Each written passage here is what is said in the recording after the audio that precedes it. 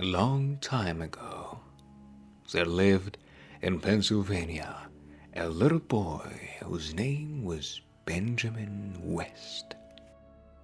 This boy loved pictures.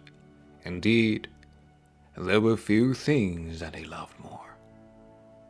But he had never seen any pictures, except a few small ones in a book. His father and mother were Quakers, and they did not think it was right to spend money for such things.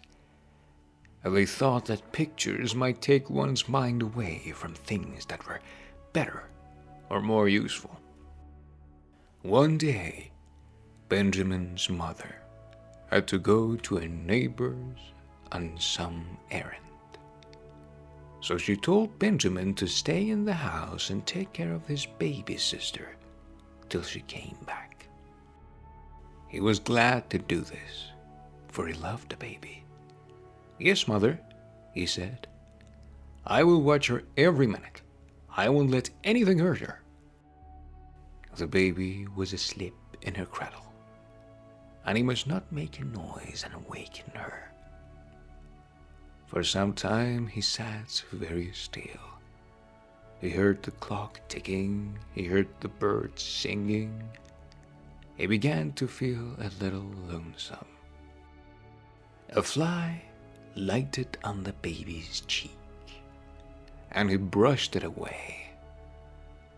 Then he thought what a pretty picture might be made of his sister's sweet face and little hands. He had no paper, but he knew where there was a smooth board. He had no pencil, but there was a piece of black charcoal on the earth. How pretty the baby was, he began to draw. The baby smiled, but did not wake up. As often as he touched the charcoal to the smooth board, the picture grew. Here was her round head, covered with pretty curls. Here was her mouth, here was her eyes, and here her tiny ears. Here was her fat little neck. Here were her wonderful hands. So busy was he with the drawing that he did not think of anything else. He heard neither the clock nor the birds. He did not even hear his mother's footsteps as she came into the room.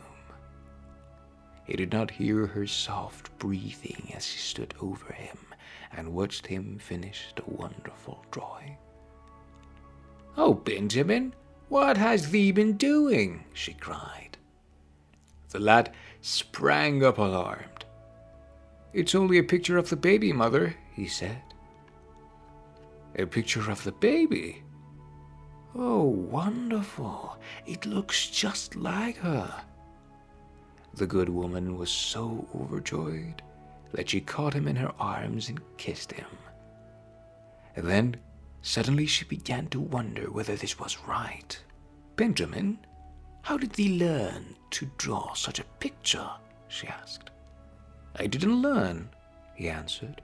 "I just did it. I couldn't help but do it." When Benjamin's father came home, his mother showed him the picture. "It looks just like her, doesn't it?" she said. "But I'm afraid I don't know what to think. Does thee suppose that it is very wrong for Benjamin to do such a thing?" The father did not answer.